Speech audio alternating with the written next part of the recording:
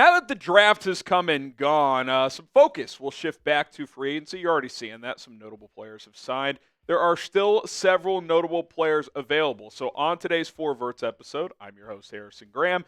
I'm going to take a look at where 10 of the top remaining free agents will sign. I'll give out my predictions here on today's show. Okay, our record here on Four Verts on an individual video is 422 new subscribers. It actually happened a few months ago on a free agency video. Can we top that? Can 423 people watching this who haven't subscribed be a part of history here on Four Verts? If you want to watch daily NFL videos for free, we are the channel for you. All you got to do is subscribe, and hey, let's set that channel record, baby. Okay, let's talk Aaron Rodgers. I still think he ends up in Pittsburgh. The way their owner, Art Rooney, talks about it during the draft, he seems pretty confident. I think Mike Tomlin believes this is still going to happen. It's either Pittsburgh or nowhere. I don't think he's signing anywhere else unless an injury pops up. It's really just a matter of when. But I think the way the Steelers conducted themselves during the draft, didn't take it Shedeur Sanders or anyone else in the first round or even in the third round. Took Will Howard in the sixth round. You've got Mason Rudolph, Skylar Thompson. He's nothing. So I still think that they're going to take Rodgers, and I think their actions kind of show you that they're pretty confident that they're going to land the 41-year-old quarterback. Okay, Amari Cooper recently took a free agent visit with one of his old teams, the Dallas Cowboys, and I could see that reunion happening because there was a lot of buzz for Dallas that they would take a receiver high to pair with CeeDee Lamb. They didn't get Teteroa McMillan because he was already gone. Didn't get anyone on day two either, so they definitely still need a weapon. I don't know how good Amari Cooper is in the year of 2025. I thought he kind of struggled, to be honest, with the Buffalo Bills last season after they traded for him, but he's familiar with Dak. They had a good chemistry when he played there before. Even if he's not a true 2, if you can play like a number 3, I still think that's worthwhile for Dallas. Okay, where's Keenan Allen going to end up? Because he said during the season with the Bears he either wanted to stay in Chicago or go back to L.A. I don't think L.A. is an option. The Chargers signed his old teammate Mike Williams. They brought him back. They drafted Trey Harris. They already have Ladd McConkey playing the slot. They still have Quentin Johnston. I just don't think he's going to have a role there. So I don't think that's an option. Maybe the Rams, but they did give Tutu Atwell $10 million to be their number 3 receiver. They have Devontae Adams and Puka Nacua. I think he's better than Tutu, but they already paid him.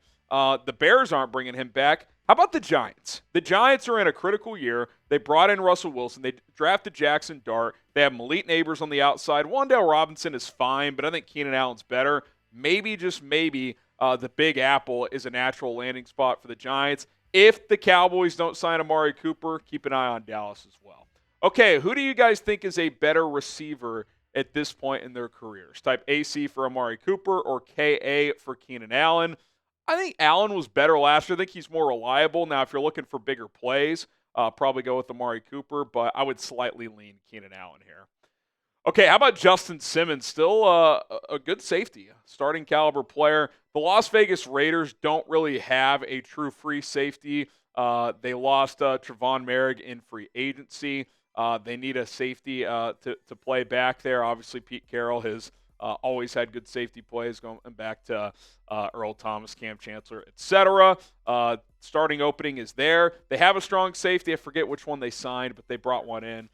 Who's that? Jeremy Chin. Thank you, producer Colin. But they need that center fielder type. Justin Simmons isn't quite what he was, but he's still a good player. I think that's a good fit. And the Raiders, they have a good vibe going on right now. So if you're Justin Simmons, why not go sign there? Okay, Za'Darius Smith to the Commanders. He is the best pass rushing edge rusher still on the market, in my opinion. Washington didn't really get that type of player early on in the draft.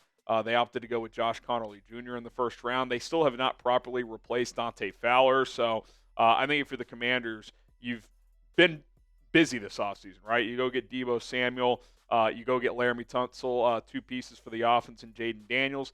That defense kind of overachieved last year based on what they have. Dante Fowler had like 10 sacks. Za'Darius Smith had 9 last year, and he's a better run defender. I think he would be a good replacement if they could get that done.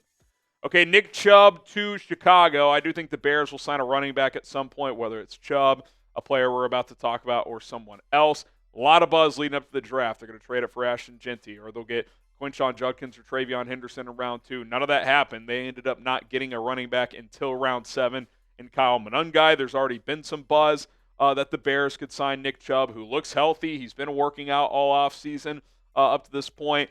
I don't think you're getting peak Nick Chubb at this point, but I do think he can be better than what we saw last year when he came back midway through the season coming off that injury. So keep an eye on the Bears to potentially bring in Nick Chubb.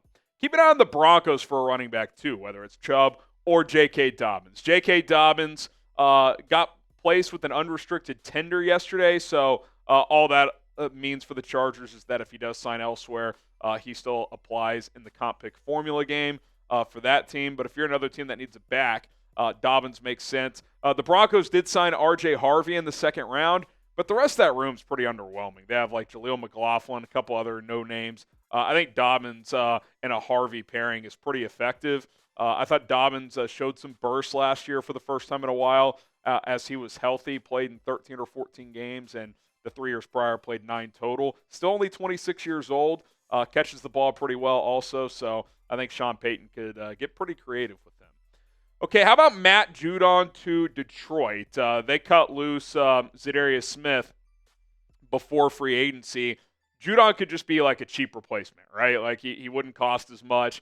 Didn't have a very good year in Atlanta, but is still a professional pass rusher. Could probably get him for $3-4 million. So could see Detroit adding a veteran edge rusher to pair with Aiden Hutchinson on that defensive line. They obviously added the run-stuffing Tyleik Williams in the NFL draft. Getting a pass rusher off the edge to go with Hutch, I think is something Detroit will look to do. Okay, Asante Samuel Jr., how about the Dolphins? There's been some chatter that he's got a neck-shoulder problem, so we'll see what team ends up bringing him in. Going to be a one-year flyer at this point, but versatile corner, can play some slot, play some outside, above-average player. Not a CB1, not going to lock people down, but the Dolphins have been linked to corners because, A, sounds like Jalen Ramsey could want out, even if he's there this year, probably not there long-term, and B, the Dolphins ended up not going corner high. They added some trench players in the first few rounds, so getting Samuel signed up as a CB2 slot guy this year makes a lot of sense. How about a reunion? Von Miller to the L.A. Rams. Remember how big of a role he played with the Rams when they traded for him and won that Super Bowl? He ended up signing that massive deal with Buffalo, but got cut loose. Got cut loose after 3 seasons. He's certainly, he's 36 now. He's had some injuries. Not going to give you much against the run, but as a situational pass rusher, he had 6 sacks and limited snaps last season. The Rams' defensive line is pretty young. He could be that veteran presence that comes in on obvious pass downs, rushes the passer. I think in that scheme with under Wes Phillips, he could be pretty effective as well. So I like that fit. He fits that defense, and obviously they're very familiar with him out in Los Angeles. Okay, there you go. 10 free agent predictions now that the draft has come and gone. Name a player that your favorite team should go out and sign. Maybe it's a player we talked about today. Maybe it's not. Maybe it's someone else that we did not mention on this show. Drop his name in the comment section below for your favorite team. My name is Harrison Graham. Appreciate you continuing to tune in to 4 Verts as we continue to pump out content. Some recent videos we put out, 2026 mock draft.